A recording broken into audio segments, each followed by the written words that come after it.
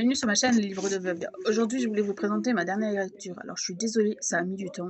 J'ai beaucoup de temps à lire ce livre-là parce que, je vais vous expliquer, j'ai eu des rendez-vous médicaux cette semaine qui ne pouvaient plus attendre parce que, voilà, ça fait 1 mois et demi que j'ai mal à ma hanche et que la douleur était vraiment atroce cette semaine, que j'ai fini par consulter le médecin et que j'ai fini par faire des examens.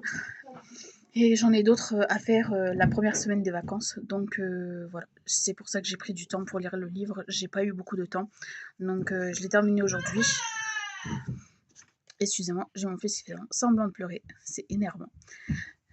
Alors voilà, ma dernière lecture, c'est La fille qui s'échappa d'Auschwitz de Ellie Midwood. Voilà. Alors, c'est une autrice qui avait écrit également La violoniste d'Auschwitz. Et elle a écrit un autre livre, je crois que c'est la fille en robe rayée, il me semble, si je ne me trompe pas.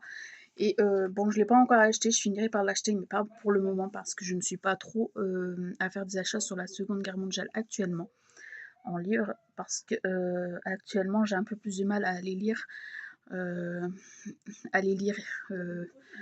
actuellement. Donc pour l'instant, je me stoppe à acheter des livres sur la Seconde Guerre mondiale. De toute façon, ça se trouve toujours, et sur Vinted, on trouve toujours son bonheur sur la Seconde Guerre mondiale. Voilà. Alors l'histoire, c'est l'histoire sur Mala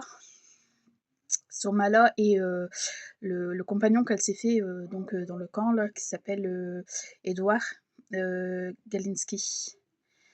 Et elle, c'est Mala Simetbaum.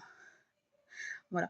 L'histoire, on la connaît parce que elle est très répétée sur les livres sur la Seconde Guerre mondiale, parce que c'est eux qui ont réussi à s'échapper d'Auschwitz et qu'ils ont été retrouvés et que le mec a été pendu.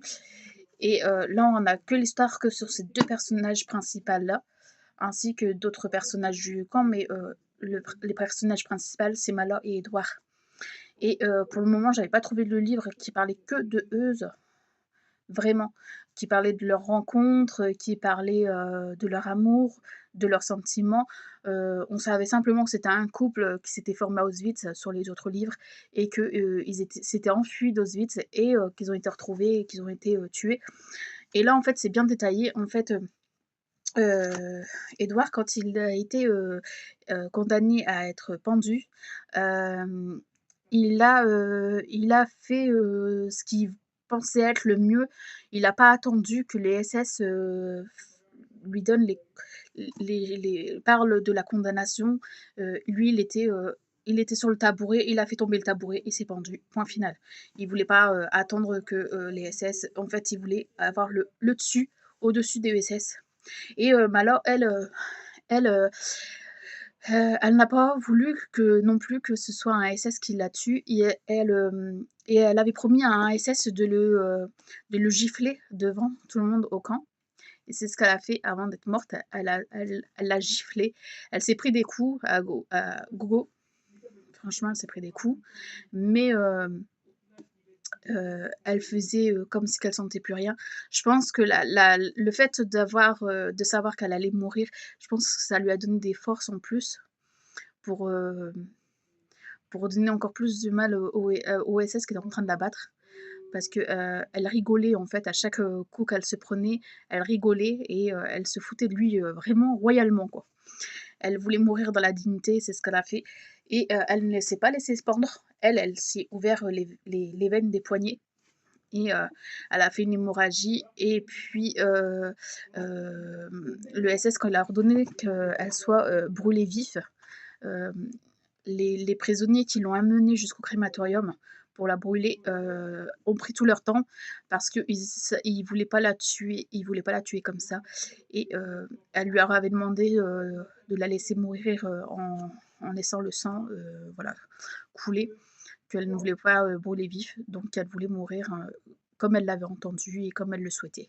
C'est ce que les prisonniers ont fait. Ils ont pris tout leur temps pour arriver au crématorium et ils ont brûlé donc le couple ensemble dans le crématorium pour qu'ils soient à 2. Voilà, voilà l'histoire en gros. C'est ça l'histoire. Je ne vous en dis pas plus parce que l'histoire est belle et magnifique et que franchement c'est un livre à lire.